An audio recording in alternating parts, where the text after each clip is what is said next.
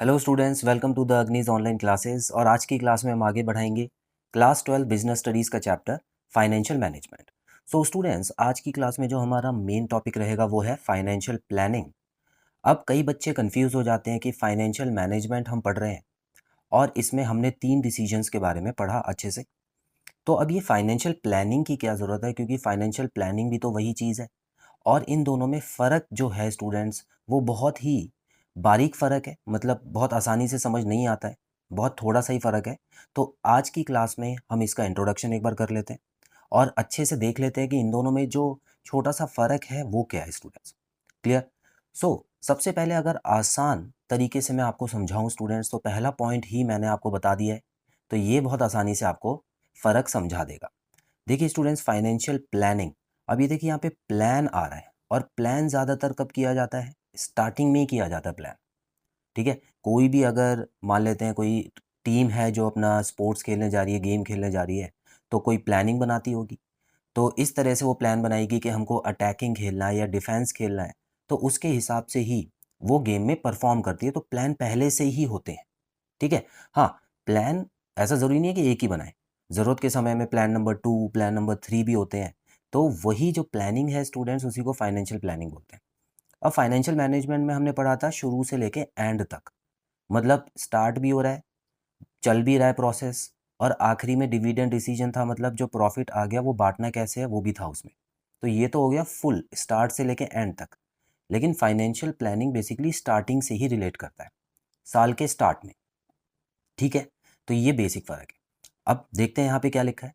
तो पहले पॉइंट में फाइनेंस डिसीजन, इन्वेस्टिंग डिसीजन और डिविडेंड डिसीजन, ये तीनों के बारे में हम पढ़ चुके हैं। अच्छा, यहाँ पे एक ब्रैकेट देखिए बड़ा सा लगा हुआ है और इसमें लिखा हुआ है financial management. So students, financial management में या फाइनेंशियल डिसीजंस में ये तीनों मेन डिसीजन होते थे। ये दोनों स्टार्टिंग के होते थे और ये एंड का होता था। क्लियर है? इसके बारे में हम काफ़ी डिस्कस कर चुके हैं। और फाइनेंशियल प्लानिंग में देखिए स्टूडेंट्स, सिर्फ 2 के ऊपर ही ब्रैकेट लगा हुआ है। इसका मतलब फाइनेंशियल प्लानिंग को अगर शॉर्ट में समझे, तो कंपनी को कितना पैसे की रिक्वायरमेंट है वो पता लगाना, और जब पैसा आ जाए, अब देखिए पैसा आए भी टाइम से, बेसिकली यहाँ पे टाइम फैक्टर भी एक बहुत इंपॉर्टेंट है।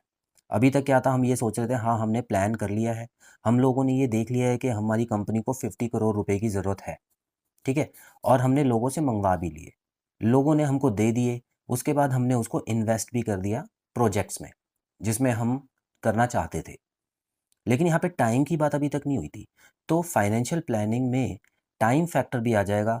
मतलब ये 50 करोड़ रुपए जो आपको अरेंज करना है, वो एक लिमिटेड टाइम में अरेंज करना है, और ये हमको देखना है कि ये 50 करोड़ रुपए हम कितने टाइम तक इन्वेस्ट कर देंगे। ठीक है? तो एक ये भी फैक्टर थोड़ा सा डिफरेंस प्रोवाइड करता है दोनों में। तो स्टूडेंट्स, आगे बढ़ेंगे और अगला टॉपिक देखते हैं।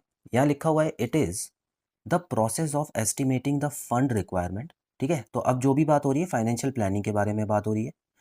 सो ये जो फाइनेंशियल प्लानिंग का जो प्रोसेस है, इसमें अंदाज़ा लगाया जाता है कि कितने पैसे आपको चाहिए मार्केट से।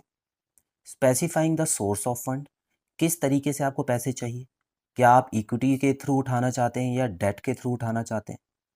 And ensuring proper utilization of funds. अब जब पैसा आ चुका है, मतलब फाइनेंसिंग डिसीजन हमारा हो चुका है, उसके बाद आपको इन्वेस्ट कहाँ करना है उस पैसे को, ensuring the proper utilization of funds. Clear?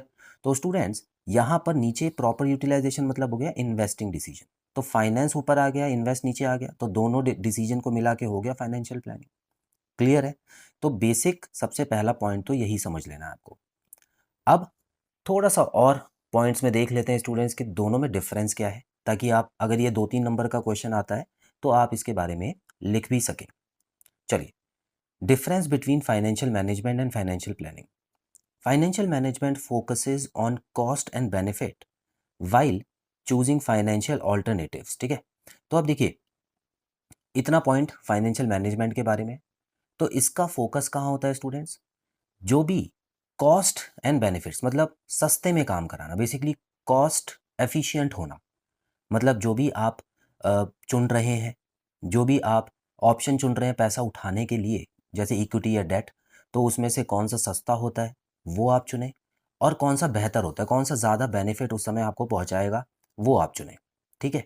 तो इसके बारे में हम लोगों ने पहले भी बात की है कि फाइनेंस डिसीजन पे असर डालने वाली कौन सी चीज़ें होती हैं, और आगे आने वाले चैप्टर में भी बात करेंगे। तो बेसिकली कॉस्ट इफेक्टिव जो होता है फाइनेंशियल मैनेजमेंट होता है, वो पैसे को बचाने के बारे में ज़्यादा सोचता है। बल्कि फाइनेंशियल प्लानिंग जो है focuses on timely availability of finance. तो ये सोचते हैं कि टाइम से आ जाए फाइनेंस, ठीक है, टाइम से आ जाए। अब उसमें टाइम ज़्यादा मैटर कर रहा है, कॉस्ट इतनी मैटर नहीं करती है, ठीक है। तो अब टाइम से अगर पैसा नहीं आया, मान लेते हैं हम कॉस्ट के बारे में ही सोचने लग गए और उस साल हमने पैसा अरेंज ही नहीं करा, मान लेते हैं लोग उस समय पैसा हमको देने के लिए तैयार नहीं थे, तो हम वेट करने लग गए कि अगले साल पैसा लेंगे और अगले साल प्रोजेक्ट को शुरू करेंगे। तो टाइम ही निकल गया, किसी और कंपनी ने हमारा वो प्रोजेक्ट कंप्लीट भी कर दिया, तो इसी वजह से हमको नुकसान हो गया। तो बेसिक टाइम फैक्टर जो है वो फाइनेंशियल प्लानिंग में आता है। तीसरा पॉइंट देखते हैं students, financial management's objective is to maximize share holders fund. तो फाइनेंस मैनेजमेंट का जो ऑब्जेक्टिव होता है वो तो एक ही होता है, वो तो ये देखते हैं कि शेयर होल्डर्स जो है ना, उनको पैसा जो है वो, उनकी वेल्थ जो है वो मैक्सिमाइज हो जाए, है ना, बढ़ जाए। तो यही था फाइनेंस मैनेजमेंट का ऑब्जेक्टिव। लेकिन फाइनेंशियल प्लानिंग का ऑब्जेक्टिव कुछ और होता है। इसका मतलब होता है कि जो फाइनेंस मैनेजमेंट के जो डिसीजन है वो स्मूथली लिए जाए, स्मूथ ऑपरेशन ऑफ फंड्स, ठीक है। तो इसका कोई प्रॉफिट कमाना नहीं है, ना ही किसी को प्रॉफिट ज़्यादा बांटना है। तो फाइनेंस प्लानिंग का मतलब है कि कंपनी को कभी भी कोई पैसे के संबंधित दिक्कत नहीं होनी चाहिए, टाइम से उसके पास पैसा होना चाहिए। एक और चीज़ स्टूडेंट्स याद रखिएगा कि एक्स्ट्रा पैसा भी नहीं होना चाहिए। कभी कभार क्या होता है कि कंपनी टाइम से पैसा अरेंज करने के चक्कर में या पैसा बचाने के चक्कर में ज़्यादा पैसा लोगों से उठा लेती है, उसको उतना चाहिए भी नहीं होता, तो वो सोचती है थोड़ा एक्स्ट्रा पैसा हम लोग रख लेंगे। अब होता क्या है कि वो एक्स्ट्रा पैसा एक्स्ट्रा ही बना रहता है और उसके ऊपर कंपनी को नुकसान होता रहता है। अब देखिए, कंपनी के पास कोई भी पैसा पड़ा रहेगा तो वो कंपनी का नुकसान ही कराएगा, क्योंकि कंपनी को उस पे डिविडेंड देना पड़ सकता है या इंटरेस्ट देना पड़ेगा। जिसने भी पैसा दिया होगा उसको कोई ना कोई फ़ायदा तो देना होगा।